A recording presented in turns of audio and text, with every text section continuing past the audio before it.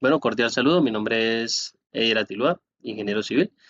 A continuación les voy a hablar de la estructura y gestión de los pavimentos de forma un poco general.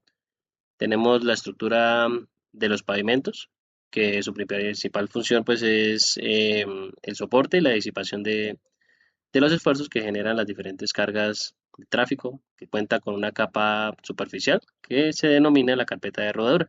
Esta carpeta de rodadura puede ser en concreto asfáltico, concreto hidráulico, también compuesta de pavimento articulado, como son los adoquines, vamos a hablar un poquitico más adelante. Más abajo pues tenemos las diferentes capas granulares. Las diferentes capas granulares tienen la función de distribuir de forma progresiva los esfuerzos para evitar deformaciones. Y pues por último tenemos la subrasante, que es el perfil del suelo, ya nivelado para soportar la estructura del pavimento, que pues también se encarga de soportar los esfuerzos, pues ya en su capacidad portante natural y pues los ya disminuidos por las capas superiores. En cuanto a la estructura de los pavimentos, tenemos para el pavimento flexible, que muy comúnmente está compuesto por una carpeta de rodadura, una base y subbase granular como las capas granulares y la subrasante natural o mejorada en el caso pues que tenga propiedades muy débiles, se hacen unos procesos de mejoramiento. La forma en la cual el pavimento flexible recibe y disipa las cargas o los esfuerzos es un poco más puntual, y pues ya en el caso de un pavimento rígido que está compuesto por losas de concreto hidráulico, se encarga de distribuir un poco mejor el esfuerzo dentro de la masa de suelo. Eso hace que, pues, en la estructura de un pavimento flexible, como recibe una carga un poco más puntual, pues este esfuerzo se traslada mucho más hacia las capas inferiores de la estructura del pavimento, mientras que en el caso del pavimento rígido, para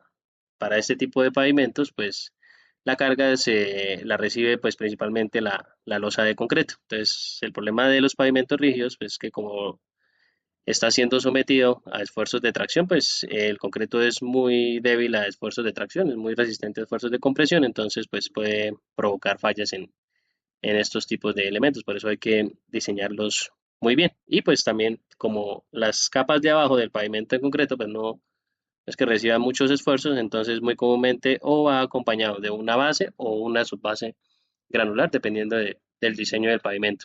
Tenemos los pavimentos articulados, pues que están compuestos de el adoquín, más abajo pues un asiento de arena y pues en dado caso pues dependiendo del diseño que se haya realizado, una base, una subbase granular y pues obviamente la suprasante. En este caso pues estos pavimentos articulados pues funcionan más que todo por la interacción entre el contacto que se genera entre cada uno de estos elementos y el confinamiento lateral que se debe proveer para que todo esto funcione de forma correcta. Ya pues se presentan los diferentes tipos de pavimentos, entonces el mecanismo de distribución de las cargas para el flexible ya se había indicado que era un poco más vertical, más puntual. El rígido pues es ya un poco más amplio, mejor distribuido, y pues ya el articulado pues ya tiene que ver con la interacción entre cada uno de sus elementos. Para tener en cuenta, pues en el pavimento flexible, el criterio de falla pues es la deformación de la subrasante, la fatiga asfáltica o de alguna de las capas de granulares como la base o la subbase. Y ya para el caso de pavimento rígido se revisa mucho la parte del espesor de la losa para que resista los esfuerzos de tracción a los cuales va a estar siendo sometido. Y los problemitas con el pavimento articulado pues tiene que ver con la pérdida del confinamiento que se puede generar por deformaciones laterales o un lavado de la arena. Ya lo que tiene que ver con la correcta gestión de pavimento, eso se realiza mediante el Manual de Especificaciones Técnicas de Construcción de Carreteras del INVIAS, y establece pues algunos apartados que nosotros debemos tener en cuenta. Por ejemplo, el apartado de materiales, que tiene que ver con las propiedades de los materiales que deben cumplir para poder ser utilizados como estructura de un pavimento, los equipos necesarios, la ejecución de los trabajos, lo que tiene que ver con el proceso constructivo, las especificaciones técnicas. las condiciones para el recibo de los trabajos, que tienen que ver con esas tolerancias que deben cumplir cada una de las propiedades de estos materiales, también con el espesor, la terminación de la capa y lo que tiene que ver también con el grado de compactación, la unidad de medida, la forma de pago y el ítem de pago. Esto se debe establecer de acuerdo con el cumplimiento de la normativa.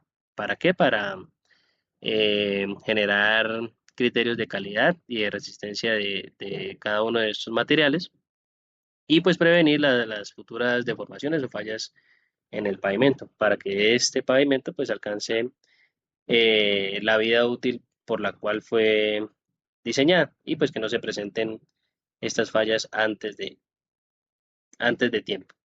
Todo este proceso pues se debe garantizar en cada una de las etapas del procedimiento constructivo.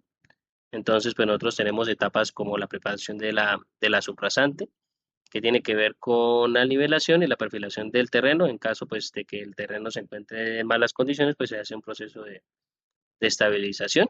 En algunos casos pues se genera una capa de conformación que es una transición entre la subrasante y pues las capas granulares para mejorar el drenaje y el soporte de la carretera. Después sigue con la parte de la colocación y la compactación de cada una de estas capas granular, la base de la suprasante granular.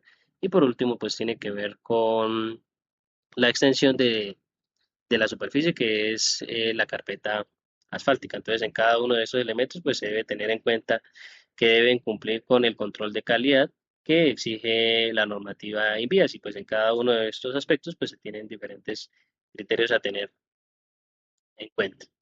Y para eso pues están los sistemas de gestión de pavimentos que tienen que ver con un inventario de la red vial. Nosotros acá en Colombia pues tenemos un sistema de información geográfica que nos permite realizar ese inventario de la red vial para saber cuáles son las vías activas y establecer las condiciones actuales de cada uno de estos elementos. Después se realiza un proceso de recolección, análisis de esa información para priorizar e intervenir las vías adecuadas y pues posteriormente hacer el proceso de planificación y mantenimiento de cada una de estas carreteras.